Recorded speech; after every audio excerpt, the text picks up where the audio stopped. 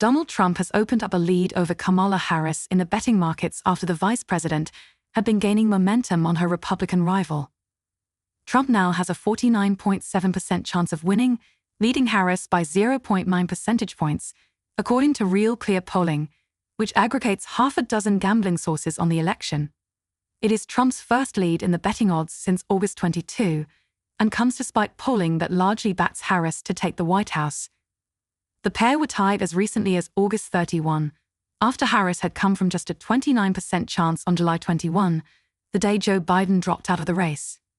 Harris later surged to an 8.8 percentage point lead over Trump in the betting average on August 15, before the pair slipped back to neck and neck. Harris' last clear lead over Trump was following the Democratic convention in Chicago, when she opened up a 2.3 percentage point gap. That momentum has since been stifled, with gamblers apparently unmoved by Harris' performance during her CNN interview last week, which did little to impress her naysayers and even earned criticism from Democrat voters. The betting markets are seen by some election forecasters as a useful indicator, as gamblers are driven by profit, while pollsters are more vulnerable to political and media influence. Of the 6 bookmakers in RCP's aggregate, only Predict It, 53%, shows Harris with a lead. Trump and Harris are tied in the win betting markets, but Trump holds a lead over the ex-California senator in the other 4, with Nevada giving him a 52% chance of victory. Polling still shows Harris with a slight advantage, as the vice president has a 1.8% lead over Trump in RCP's polling averages. However, Trump leads the polling average in Arizona, Georgia, and North Carolina, and is tied with Harris in Nevada. The vice president leads the averages in the other 3 swing states, Michigan, Pennsylvania, and Wisconsin. If all other results held from the 2020 election and those states went the way of the averages, Harris would have exactly 270 electoral votes pending Nevada's result, enough to take the White House. However, the latest swing state polling suggests that Harris has received little to no convention boost, showing Trump ahead of the vice president in several crucial swing states.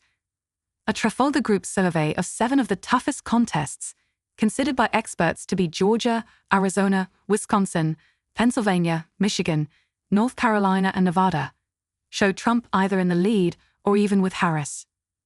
Trump leads Harris 47% to 45% in Pennsylvania and 47% to 46% in Wisconsin, 2 states that flipped to red in 2016 when Trump won before flipping back to Democrats in 2020 when he lost to Joe Biden.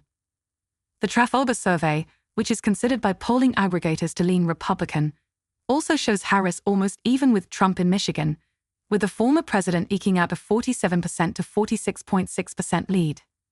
Michigan was another state that Trump took from Hillary Clinton in 2016 before ceding to Biden 4 years later.